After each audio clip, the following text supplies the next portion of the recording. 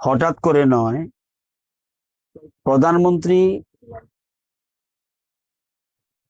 দেশের মানুষের উদ্দেশ্যে বলেছেন যে আমরা যেন সবাই, এবং বিশেষ করে জনপ্রতিনিধিরা এবং অন্যান্য সবাই, যাতে ফুয়েল কনজারভেশন সেটার উপর গুরুত্ব দেয়।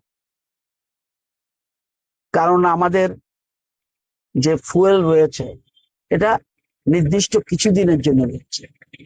আমরা যদি সবাই এই ফুয়েল কনজারভেশনের দিকে নজর দেই, যেমন আমাদের ফুয়েল কনজারভেশন হবে, অপরদিকে আমাদের পরিবেশ ঠিক থাকবে। এই ডাকে যেন সবাই সাড়া দেয়। আমি মনে করেছি, আমার বিবেকের কাছে প্রশ্ন উঠেছে, প্রধানমন্ত্রী যদি দুটো গাড়ি নিয়ে